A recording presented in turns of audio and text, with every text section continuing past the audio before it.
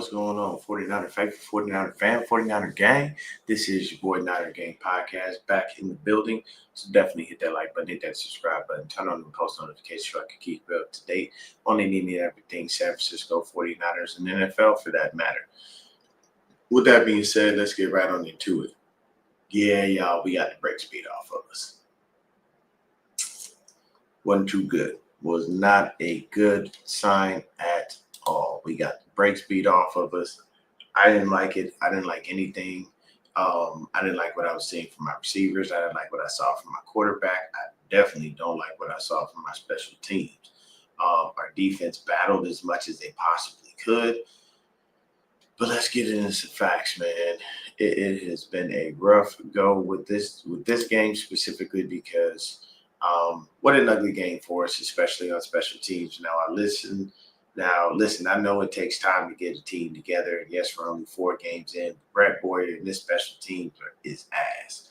I'm just going to say it. To give up an explosive play and a TD is just horrible in one game. I've never seen our special teams be very good anyway, so what's new? Offensively, this was a big struggle. Before the game, I specifically pointed out that their defense had 7 picks as a unit. And, well, in this game, they added 2 more to the total, almost had a third. Luckily, Brock was sacked only once, but he clearly shouldn't have been out there. I saw a ton of Jimmy G high hospital balls thrown to our receivers. What that tells me, long story short, is there's something still wrong with that toe because he's not planting and throwing properly. Brock doesn't throw high footballs. It's very, very rare. I don't ever see him do that. So for him to wind up doing that a lot tells me that honestly he was rushed back and that the injury wasn't fully healed.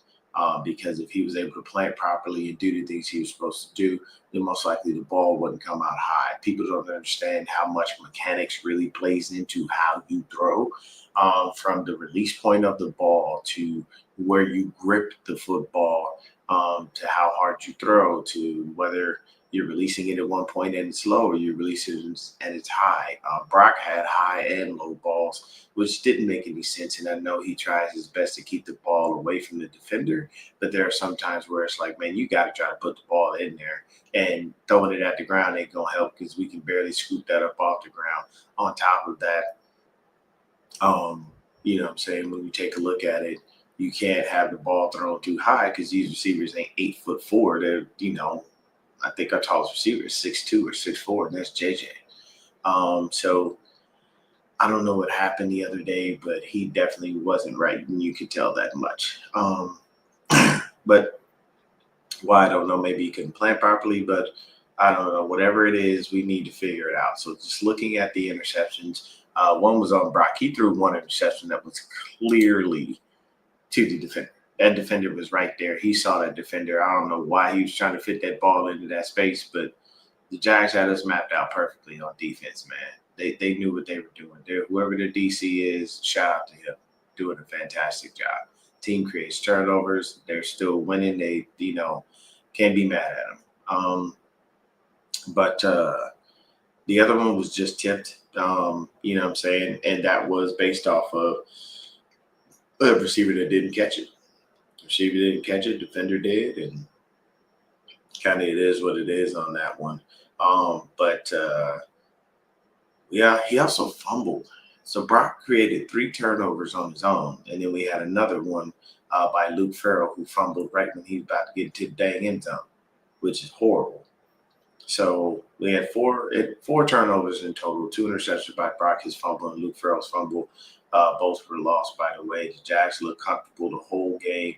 We made it competitive, and honestly still could have won this game if special teams doesn't give up that TD. Unfortunately, that didn't happen. And what was with our receivers yesterday? They couldn't catch the ball out there to save their lives. Drop it. It was killing me to watch. We gave up our first 100-yard rusher on defense, as ETN destroyed us for 124 yards and a TD. Even with the explosive play he had of 48 yards, we still gave up. He was still averaging 4.2 yards a carry. So the man had 19 carries. He had 1 for 48, and then the other was for the rest. But that's still a 4.2 yard yards per carry average, which is great for the Jags, but horrible for our defense. Once again, we come out of this game with no turnovers. We got robbed on the PI. We got robbed on a bad PI call up the stop. That would have been great momentum for momentum and a possible score. Also, that would have been up the stout's first interception in the league. And the young man has come along very well. He's worked extremely hard, and we appreciate him for what he does. Side note, anybody seen Nick Martin? Because I ain't seen him.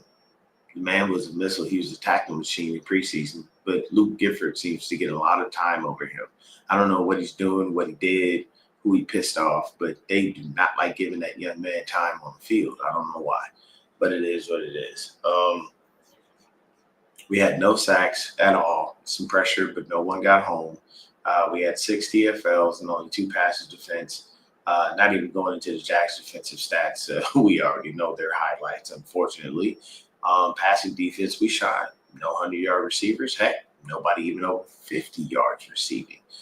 So this tells me that our run defense is still an issue, and that's the weakness of our defense. All in all, this was an ugly game for our offense in the battle for our defense. Yes, they gave up the points, but technically without special teams, DD, we win.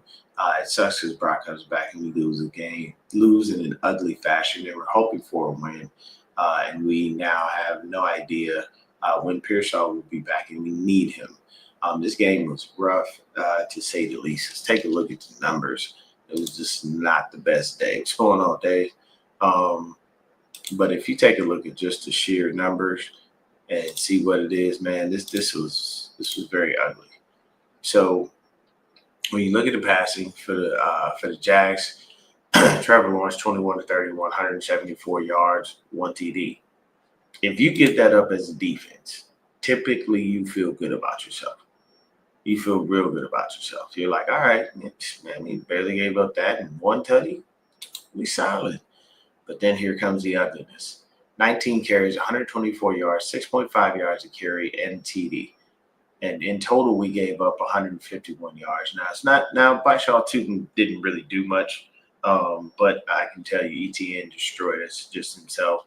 When you look at the Jags receiving, they had 5, Brian Thomas Jr., 5 catches, 49 yards. Brenton Strays, their tight end, 6 catches, 45 yards. Stephen Travis, 103 for 42. Hunter Long, 3 for 23. Like, these are very pedestrian numbers when it comes to receiving, so it's not as if we have an issue there. When you take a look at it, Travis Hunter did fumble, but they recovered the ball. Then you come over, you look at their, of course, defensive stats. Devin Lloyd had 2 they had 4 passes defense. Devin Lloyd had 2. Andrew Wingard had 1. And the other one was Mason Smith. I think he's a defensive lineman. But then when you go in and you take a look, Eric Armstead, oddly enough, of all people, gets the sack, which, come on now. Of all people, Eric Armstead, we let the guy who walked get the sack. Come on. We got to be better about that. But then there it is. It's the interceptions. Devin Lloyd got us twice. He was around the ball. He knew what to do. He was making it happen. You can't even be mad at him. Look at these kick returns. Look at these numbers. Baishaw 2 for 78. Man had a long of 54. LaQuint Allen Jr., he only had 2 for 25, so he didn't do much damage. But Baishaw Tootin did a lot. And then that infamous punt return by Parker Washington, 1 for 87 yards. Ripped us to shreds. Blew through the special teams wall and right past Thomas Morstead, which we knew Thomas Morstead wasn't going to catch him. Punters are slow. It's no disrespect, but punters are slow people. We all know this. This is nothing new. And look at that. Even Cam Little, their kicker, he missed that field goal. He kicked that wide right. I saw that. I was very happy. I'm like, all right, cool. That gives – we had opportunities to win this game. We just didn't take advantage of them at all on offense. Our offense was the weak link, unfortunately, in this game. And that was the issue there. Thomas Morstead, 2 punch, 91 yards, 45.5 yard average. And then, of course, Pistolero Pinario, he was solid again. 2 for 2 on his field goals, 1 for 1 on his extra points. Can't be mad at that. But then you come in, you look at it. Bayshaw Tootin had two kick returns for 78 yards, while Sky Moore had three for 80. Tell you something different? Just saying. Sky Moore kind of scared me on one of those. That was just a little ugly.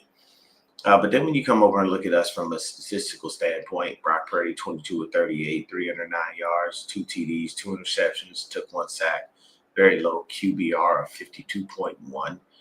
Christian McCaffrey again, 17 carries, 49 yards, 2.9 yards a carry. Very ugly. And his long was 11, so that 2.9 is only going to get worse.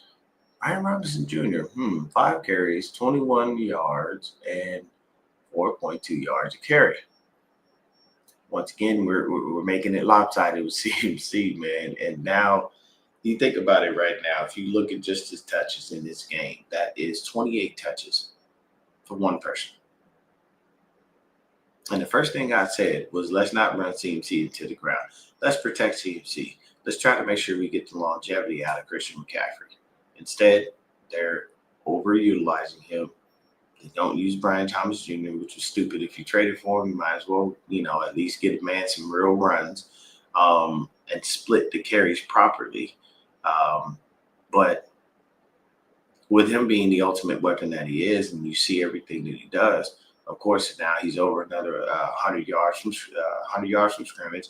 He has a touchdown. So once again, fantasy owners are loving this. They love every second of it. Christian McCaffrey, 6 catches, 92 yards, 15.3 yards and a TD.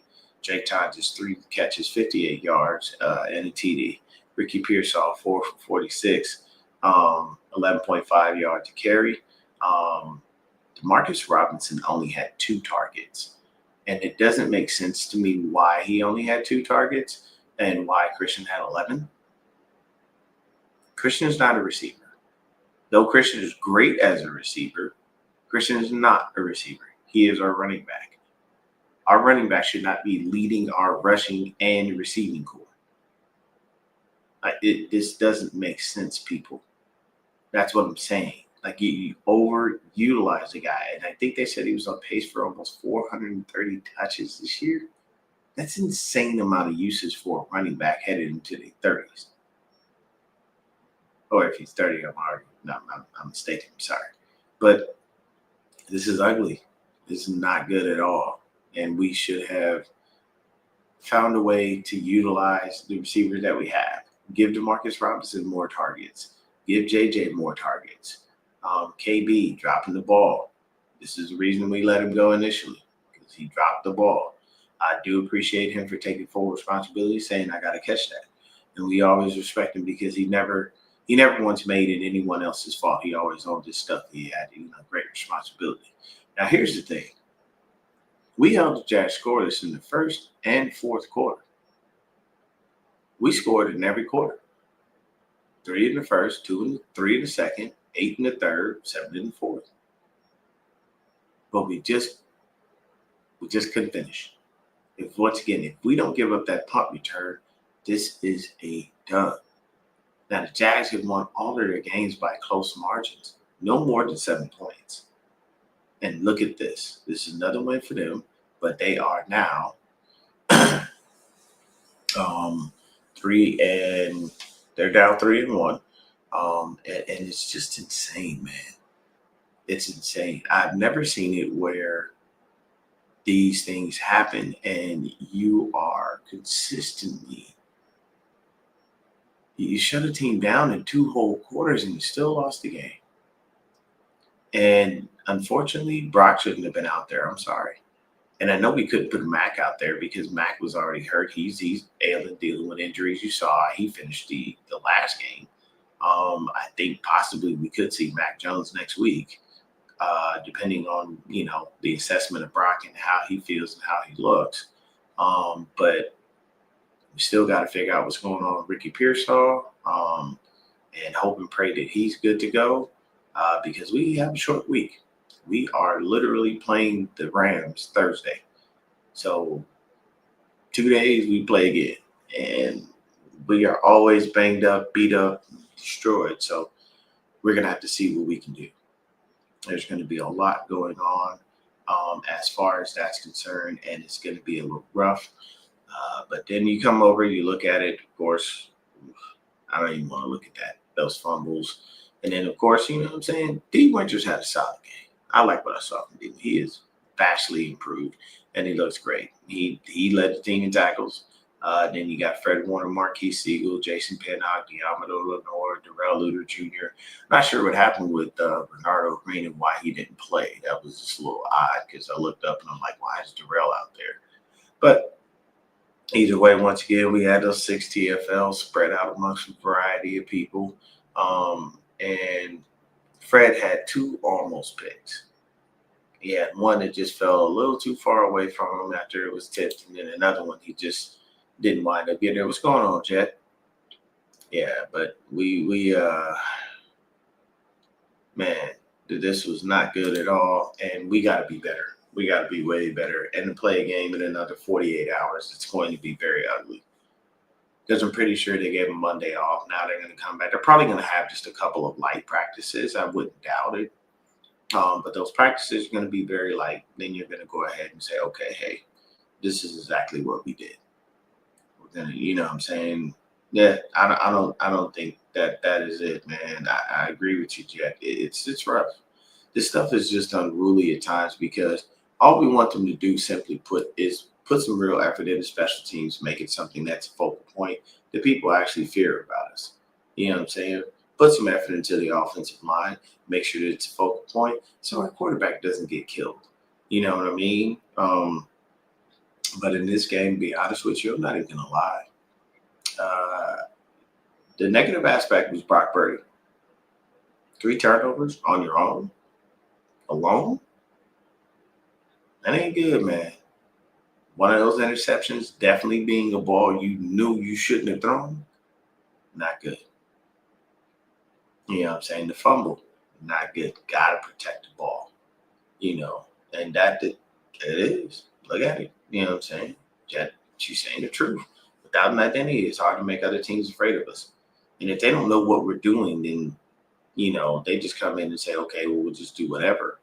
But at this point in the season, what teams are looking at us and saying is, if we run the ball on them, we should be all right. But you got to have a premier runner. You can't just have a regular person because as you see, Travis Etienne has been running wild the whole season. That young kid has talent, lots of talent, and it's finally coming through. You know what I'm saying? Yeah. No, it is. I'm not mad at this. Courtney Miller, I'm not mad at this. I agree with you 1,050%. He was not supposed to be playing. And I think there's still something wrong with that toe because once again, as I stated earlier in the video, when you cannot plant properly, that ball, you're going to throw errant balls all day long. Pause. It's literally like that. You literally I'm telling you the science and the mechanics of throwing the football. And if you don't plant right, if your body isn't set a specific way, there's only a few quarterbacks that can get away with that, who are able to do, kind of those, what they call off schedule throws, saying, and just having your body just bent and flexed in a different way. It's definitely a lot. So what I can tell you is that I know for a fact that unfortunately, Brock isn't one of those guys. I mean, he can do some amazing stuff. I've seen him throw some stuff off one foot, off his back foot. But for the most part, guys that do stuff like that are named Patrick Mahomes, Josh Allen, and Lamar Jackson. And while I respect Brock, I love what he does and what he brings to the table, he is not any of those 3 dudes I just named. Those guys do things with their bodies that are just a little freakish, and it's not normal. So it is what it is, but that's all I got for you guys. I'll come back. We'll probably be back tomorrow with a preview video for the Rams versus the 49ers on Thursday Night Football. We'll go from there, see what we can do to figure some things out. There'll be a couple more shorts coming. I'm going to put in a new one. And in an ode to one of my favorite wrestlers, The Rock, this one will be called SmackDown. And the reason it's going to be called the SmackDown is because when your team gets smacked down, we got to tell you about it.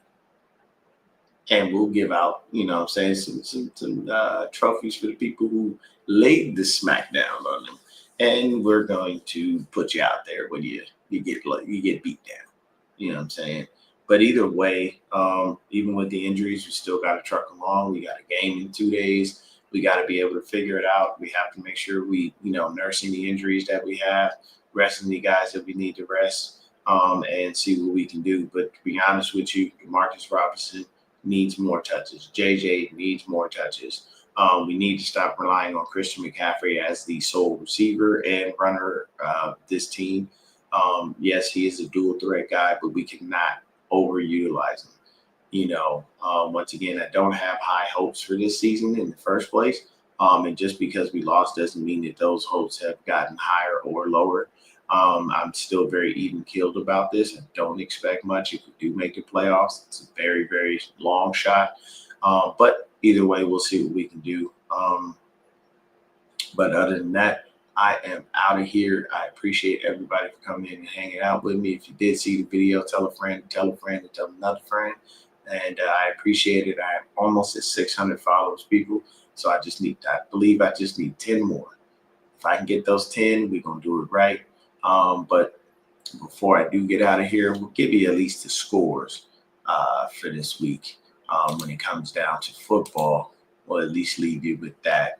I don't want to roll out and not give you all the scores for the weekend.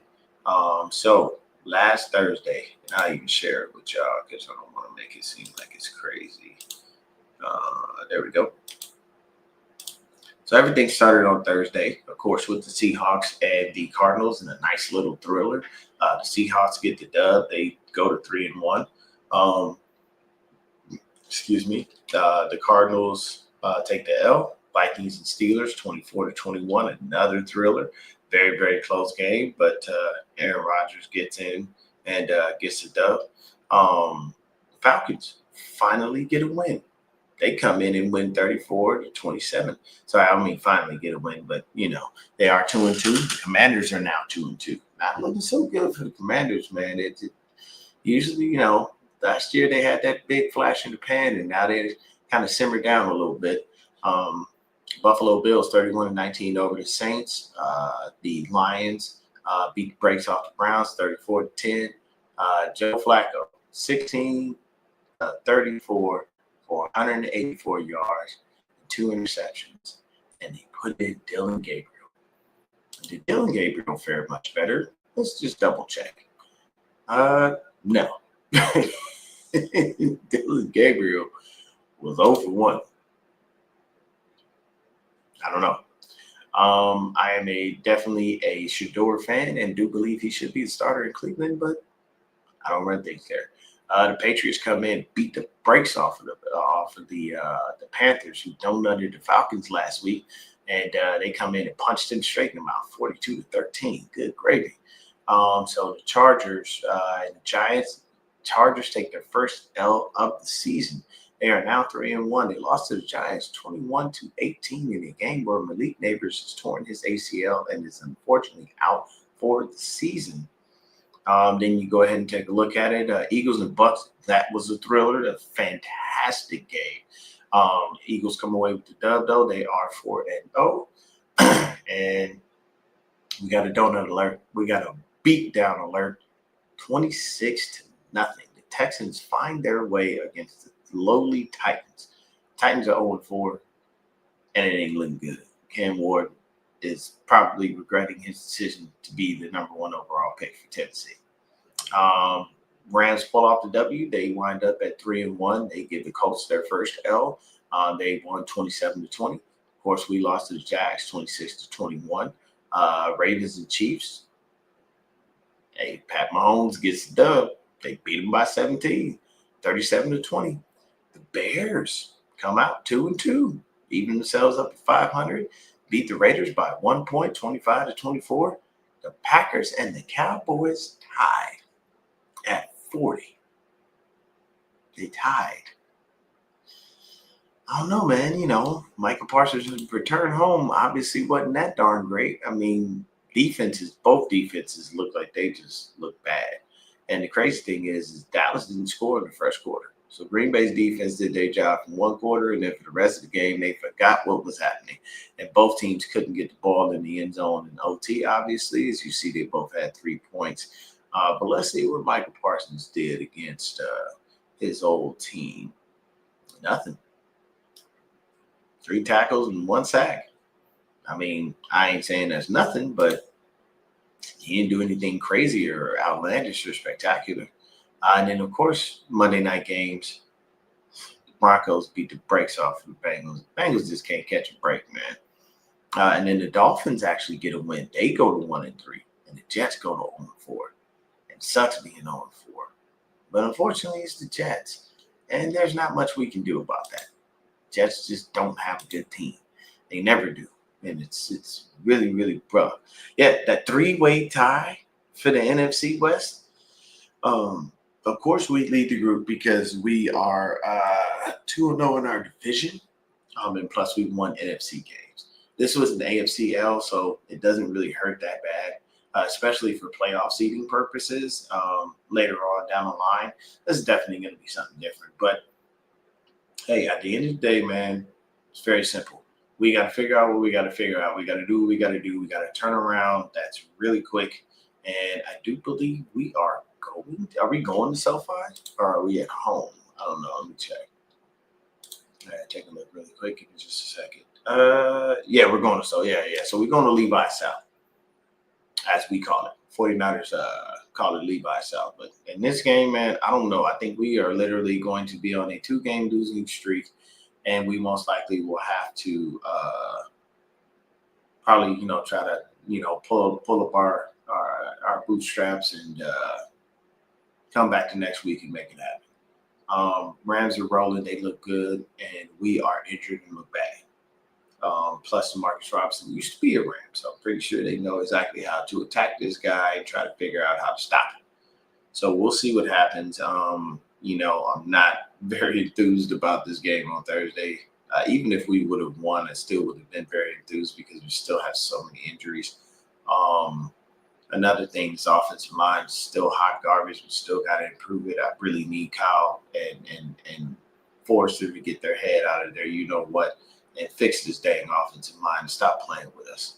Stop doing this to us, man. This ain't right. It's not right at all.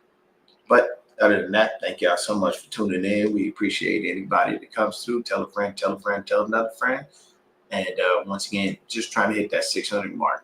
My boys at Forever Faithful Podcast, they got to 7. I'm trying to get to 6. And let's just keep this thing moving on up, trying to get to that 1,000 mark, and then continue to push. But thank y'all so much for tuning in and hanging out with your boy. Yeah, that's about it. We are pissed off, but we got to be pissed off and turn that into plays on the field. But thank y'all so much for coming in and hanging out with me. Everybody stay up, stay faithful, stay blessed. Have a wonderful day.